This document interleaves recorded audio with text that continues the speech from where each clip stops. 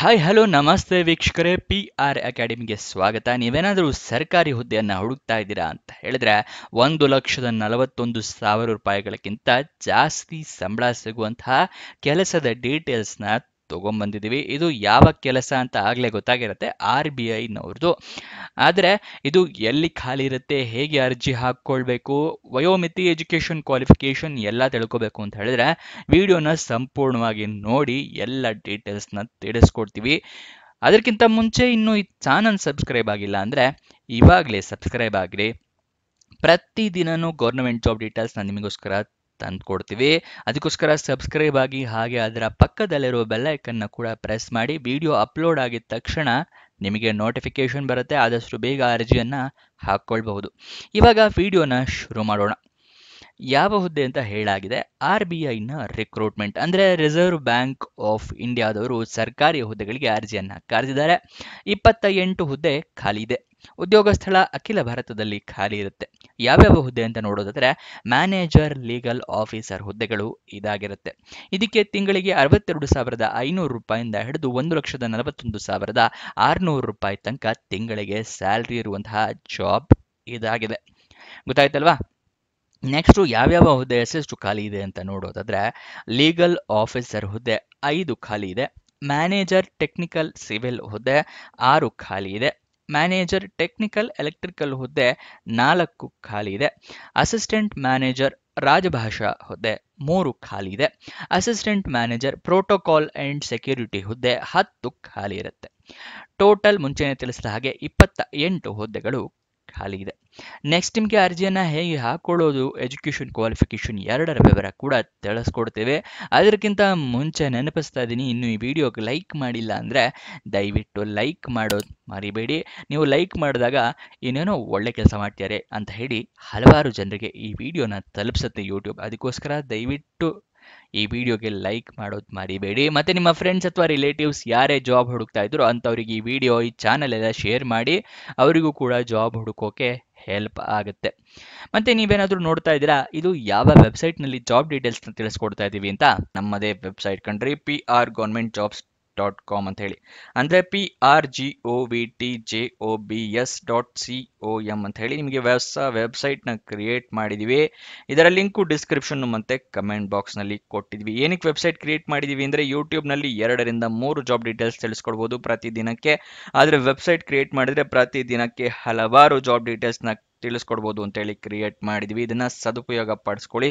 ಅದರ comment box ಅಥವಾ ಡಿಸ್ಕ್ರಿಪ್ಷನಿಂದ click ಮಾಡಿದ್ರೆ ಈ ರೀತಿ ಒಂದು ಪೇಜ್ ಓಪನ್ ಆಗುತ್ತೆ ನಮ್ಮ ವೆಬ್ಸೈಟ್ದು. ಇಲ್ಲಿ ಕರ್ನಾಟಕ ಗೌರ್ಮೆಂಟ್ ಜಾಬ್ಸು, ಇಲ್ಲಿ central government 10th pass 12th pass degree jobs, ಈ ಥರ ಹಲವಾರು ಕೆಟಗರಿಯ ಜಾಬ್ಸ್ ಇದೆ. ನಿಮ್ಮ ಎಜುಕೇಷನ್ ಕ್ವಾಲಿಫಿಕೇಷನ್ಗೆ ಯಾವ್ದು ಸೂಟ್ ಆಗುತ್ತೆ ನೋಡಿ ಅದನ್ನು ಕ್ಲಿಕ್ ಮಾಡ್ಕೊಳ್ಳಿ.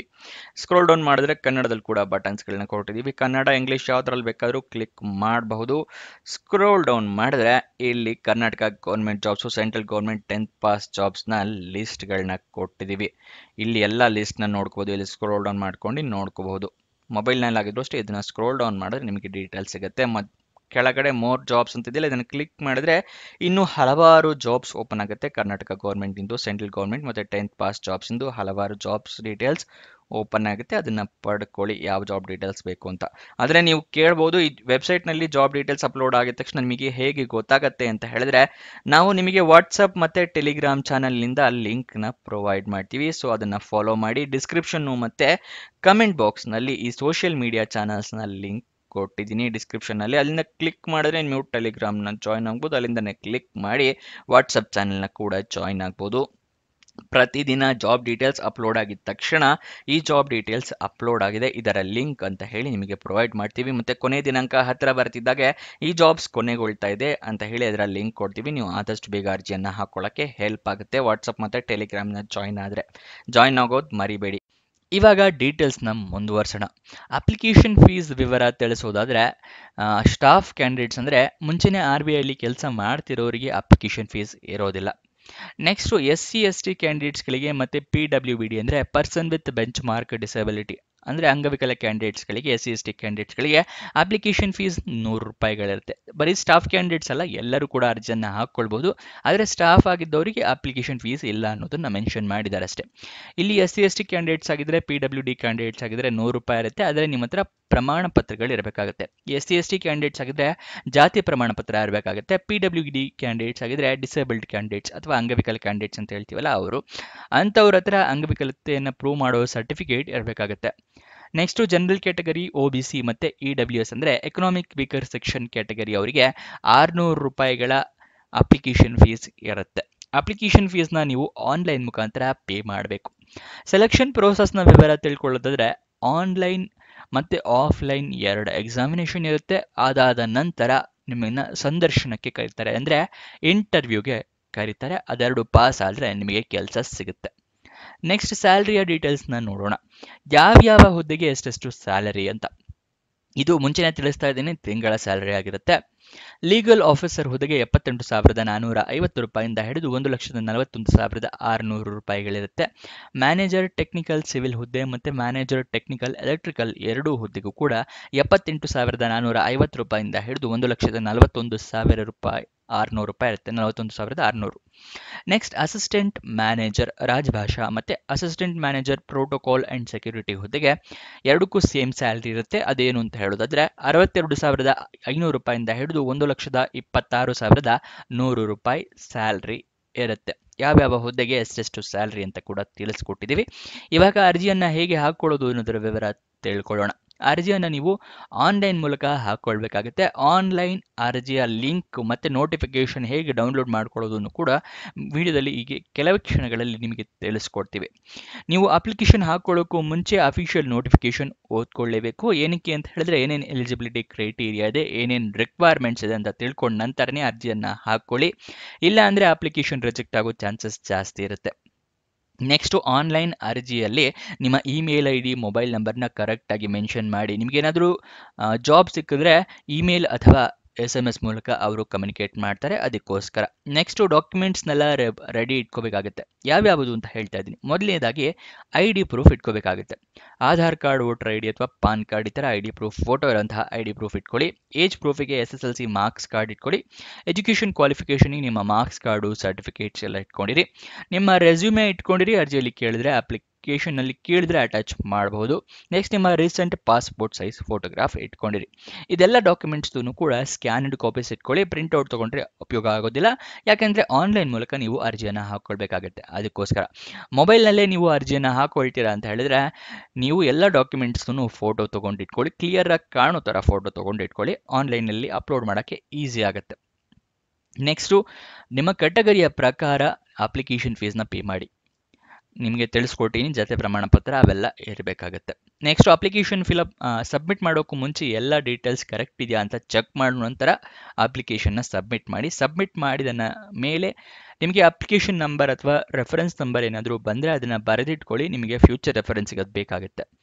ಅಪ್ಲಿಕೇಶನ್ ಓಪನ್ ಆಗಿ ದಿನಾಂಕ 11 ಜುಲೈ 2025, ಕೊನೆಯ ದಿನಾಂಕ 31 ಜುಲೈ 2025.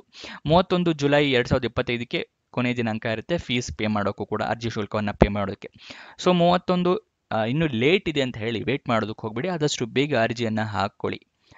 ನೆಕ್ಸ್ಟು ಕೊನೆ ದಿನಾಂಕ ಹತ್ತಿರ ಬರ್ತಿದ್ದಾಗೆ ಸರ್ವರ್ ಕ್ರಾಶ್ ಆಗೋ ಸಾಧ್ಯತೆ ಜಾಸ್ತಿ ಇರುತ್ತೆ, ಅದಕ್ಕೋಸ್ಕರ ಆದಷ್ಟು ಬೇಗ ಹಾಕ್ಕೊಳ್ಳಿ. ಎಕ್ಸಾಮ್ ಯಾವತ್ತಿರುತ್ತೆ ಅಂತ ಹೇಳಿದ್ರೆ 16 ಆಗಸ್ಟ್ 2025ಕ್ಕೆ ಎಕ್ಸಾಮಿನೇಷನ್ ಇರುತ್ತೆ. ಅಪ್ಲಿಕೇಶನ್ ಲಿಂಕು ಮತ್ತು ನೋಟಿಫಿಕೇಷನ್ನ ತಿಳಿಸ್ಕೊಡ್ತಾ ಇದ್ದೀನಿ ನೋಡಿ, ಹೋಮ್ ಪೇಜಿಂದನೇ ತಿಳಿಸ್ಕೊಡ್ತೀನಿ, ನೀವು ಎಲ್ಲರೂ ನೋಡ್ಕೋಬಹುದು. ಇಲ್ಲಿ ಸ್ಕ್ರೋಲ್ ಡೌನ್ ಮಾಡಿ ಸೆಂಟ್ರಲ್ ಗೌರ್ಮೆಂಟ್ ಜಾಬ್ಸ್ನ ಕೆಳಗಡೆ RBI reserve bank of India recruitment ಅಂತ ಇದೆಯಲ್ಲ, ಇದನ್ನು ಕ್ಲಿಕ್ ಮಾಡಿದ್ರೆ ಈ ರೀತಿ ಪೇಜ್ ಓಪನ್ ಆಗುತ್ತೆ. ಇಲ್ಲಿ ಸ್ಕ್ರೋಲ್ ಡೌನ್ ಮಾಡಿ ಫುಲ್ ಕೆಳಗಡೆ ಬಂದರೆ ನಿಮಗೆ ಅಫಿಷಿಯಲ್ ನೋಟಿಫಿಕೇಷನ್ PDF ಅಂತ ಇಲ್ಲಿ ಕಾಣಿಸ್ತಾ ಇದೆ ನೋಡಿ. ಇದನ್ನು ಕ್ಲಿಕ್ ಮಾಡಿದ್ರೆ ಅಫಿಷಿಯಲ್ ನೋಟಿಫಿಕೇಷನ್ ಪಕ್ಕದಲ್ಲಿರೋ ಕ್ಲಿಕ್ ಮಾಡಿದ್ರೆ ನಿಮಗೆ PDF ಓಪನ್ ಆಗುತ್ತೆ. ಇಲ್ಲಿ ಎಲ್ಲ ಡೀಟೇಲ್ಸ್ನ ನೋಟಿಫಿಕೇಷನಿಂದ ತಿಳ್ಕೋಬಹುದು. ನೆಕ್ಸ್ಟು ನಿಮಗೆ ಇದರಲ್ಲೇ ಕೂಡ ನಿಮಗೆ ಏನು ಸಿಲೆಬಸ್ ಕೂಡ ಮೆನ್ಷನ್ ಇರುತ್ತೆ. ಯಾವ್ಯಾವ ಸಿಲೆಬಸ್ಸು ಎಷ್ಟೆಷ್ಟು ಮಾರ್ಕ್ಸ್ಗೆ ಇರುತ್ತೆ, ಎಷ್ಟು ಗಂಟೆಗಳ ಕಾಲ, ಅವೆಲ್ಲದೂ ಇರುತ್ತೆ. ಅದನ್ನೆಲ್ಲ ತಿಳ್ಕೊಬೋದು ಅಫಿಷಿಯಲ್ ನೋಟಿಫಿಕೇಷನಿಂದ. ನೆಕ್ಸ್ಟ್ ಅಪ್ಲಿಕೇಶನ್ ಲಿಂಕ್ ಬೇಕು ಅಂದರೆ ಅಪ್ಲೈ ಆನ್ಲೈನ್ ಅಂತಿಲ್ಲ, ಇದರ ಪಕ್ಕದಲ್ಲಿ ಕ್ಲಿಕ್ ಹಿಯರ್ ಇದೆಯಲ್ಲ, ಇದನ್ನು ಕ್ಲಿಕ್ ಮಾಡಿದ್ರೆ ಅಪ್ಲಿಕೇಶನ್ ಲಿಂಕ್ ಓಪನ್ ಆಗುತ್ತೆ, ಅಪ್ಲಿಕೇಶನ್ ಹಾಕ್ಕೋಬಹುದು ನೀವು. ನೆಕ್ಸ್ಟ್ ಅಫಿಷಿಯಲ್ ವೆಬ್ಸೈಟ್ ಅಡ್ರೆಸ್ ಬೇಕು ಅಂದರೆ RBI.org.in, ಇದು ಅಫಿಷಿಯಲ್ ವೆಬ್ಸೈಟ್ನ ಅಡ್ರೆಸ್ ಆಗಿರುತ್ತೆ. ನೆಕ್ಸ್ಟ್ ಇವಾಗ ಎಜುಕೇಷನ್ ಕ್ವಾಲಿಫಿಕೇಷನ್ ತಿಳ್ಕೊಳ್ಳೋಣ, ಹಾಗೆ ವಯೋಮಿತಿಯ ಡೀಟೇಲ್ಸ್ನ ಕೂಡ ತಿಳ್ಕೊಳ್ಳೋಣ. ವಯೋಮಿತಿ ನೋಡೋದಾದರೆ ಲೀಗಲ್ ಆಫೀಸರ್ ಹುದ್ದೆಗೆ ಮಿನಿಮಮ್ 21 ಮ್ಯಾಕ್ಸಿಮಮ್ 32. ಮ್ಯಾನೇಜರ್ ಹುದ್ದೆಗೆ ಟೆಕ್ನಿಕಲ್ ಸಿವಿಲ್ ಮತ್ತು ಟೆಕ್ನಿಕಲ್ ಎಲೆಕ್ಟ್ರಿಕಲ್ ಎರಡಕ್ಕೂ ಸೇಮ್ ಇರುತ್ತೆ, 21ರಿಂದ 35 ವರ್ಷ. ಅಸಿಸ್ಟೆಂಟ್ ಮ್ಯಾನೇಜರ್ ರಾಜಭಾಷಾ ಹುದ್ದೆಗೆ 21ರಿಂದ 30 ವರ್ಷ. Assistant manager protocol and security ಹುದ್ದೆಗೆ 25ರಿಂದ 40 ವರ್ಷ. ವಯೋಮಿತಿಯ ಸಡಿಲಿಕೆ ಕೊಟ್ಟಿದ್ದಾರೆ, ಏಜ್ ರಿಲ್ಯಾಕ್ಸೇಷನ್. ಯಾವ್ಯಾವ ಕ್ಯಾಟಗರಿ ಅಂತ ನೋಡೋದಾದ್ರೆ ಒಬಿಸಿ ಕ್ಯಾಟಗರಿ ಅವರಿಗೆ 3 ವರ್ಷದ ಸಡಿಲಿಕೆ ಕೊಟ್ಟಿದ್ದಾರೆ, ಎಸ್ಸಿ ಎಸ್ಟಿ ಕ್ಯಾಂಡಿಡೇಟ್ಸ್ಗಳಿಗೆ 5 ವರ್ಷದ ಸಡಿಲಿಕೆಯನ್ನ ಕೊಟ್ಟಿರ್ತಾರೆ. ಎಜುಕೇಷನ್ ಕ್ವಾಲಿಫಿಕೇಶನ್ ನೋಡೋದಾದ್ರೆ ಲೀಗಲ್ ಆಫೀಸರ್ ಹುದ್ದೆಗೆ ಡಿಗ್ರಿ ಇನ್ ಲಾ ಆಗಿರಬೇಕಾಗುತ್ತೆ ಅಥವಾ LLB ಆಗಿರಬೇಕಾಗುತ್ತೆ. ಮ್ಯಾನೇಜರ್ ಟೆಕ್ನಿಕಲ್ ಸಿವಿಲ್ ಹುದ್ದೆಗೆ ಸಿವಿಲ್ ಇಂಜಿನಿಯರಿಂಗ್ ಕಂಪ್ಲೀಟ್ ಮಾಡಿರಬೇಕಾಗುತ್ತೆ. ಮ್ಯಾನೇಜರ್ ಟೆಕ್ನಿಕಲ್ ಎಲೆಕ್ಟ್ರಿಕಲ್ ಹುದ್ದೆಗೆ ಎಲೆಕ್ಟ್ರಿಕಲ್ ಇಂಜಿನಿಯರಿಂಗ್ನ ನೀವು ಕಂಪ್ಲೀಟ್ ಮಾಡಿರಬೇಕಾಗುತ್ತೆ. ಅಸಿಸ್ಟೆಂಟ್ ಮ್ಯಾನೇಜರ್ ರಾಜಭಾಷಾ ಹುದ್ದೆಗೆ ಮಾಸ್ಟರ್ ಡಿಗ್ರಿ ಆಗಿರಬೇಕಾಗುತ್ತೆ. Assistant manager protocol and security ಹುದ್ದೆಗೆ ಎಜುಕೇಷನ್ ಕ್ವಾಲಿಫಿಕೇಶನ್ನ ಅವರು ಕೊಟ್ಟಿರೋದಿಲ್ಲ. ನೋಟಿಫಿಕೇಶನ್ ಓದ್ಕೊಂಡ್ರೆ ನಿಮಗೂ ಕೂಡ ಗೊತ್ತಾಗುತ್ತಿದ್ದು.